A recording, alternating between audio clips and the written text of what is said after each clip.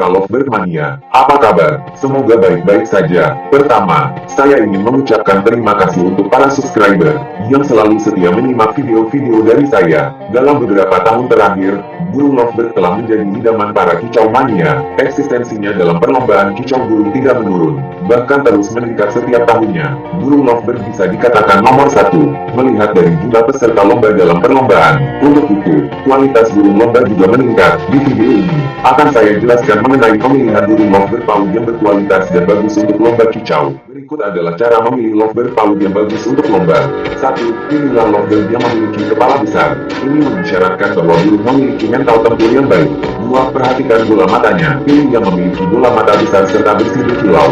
Mensyaratkan burung ini mempunyai prospek yang cerah jika dijadikan burung lomba, lantaran akan benar-benar gacor. 3. Dari bentuk padu. Baiknya Anda pilih bentuk padu burung lovebird yang berpangkal lebar, tebal, besar, panjang serta tampak kokoh. Pilih padu yang rapat. Jangan pilih padu yang agak membuka. Lebih baik lagi padu yang kering. 4. Leher panjang, padat, dan berisi. Mengisyaratkan burung ini bakal mengeluarkan power suara secara maksimal. Tapi perlu diingat, leher yang terlalu panjang membuat bentuk tubuh tidak proporsional. Tentu ini juga tidak bagus. 5. Perhatikan pula sayapnya. Pilih burung lovebird dengan sayap yang mengepit rapat, serta kaki mencengkram kuat. Ini mengisyaratkan lovebird paud dalam kondisi sehat. Selanjutnya pilih kaki yang besar serta tampak kering. Namun untuk warna kaki tidak berpengaruh pada mental burung. 6. Lihat postur tubuh. Pastikan lovebird paud memiliki postur tubuh sedang, dengan leher, tubuh, ekor, serta kaki yang serasi. Baiknya Anda juga memilih lovebird paud yang berdada lebar, tubuh, lincah serta bernafsu makan besar.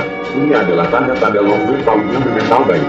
8. Yang terakhir, tidak kalah penting, lihat silsilah hidupannya. Apakah burung prestasi atau abal-abal? Jika paud tersebut memiliki prestasi, maka akan berpeluang besar dalam meraih juara. Nah, demikian cara memilih lovebird paud yang bagus untuk lomba.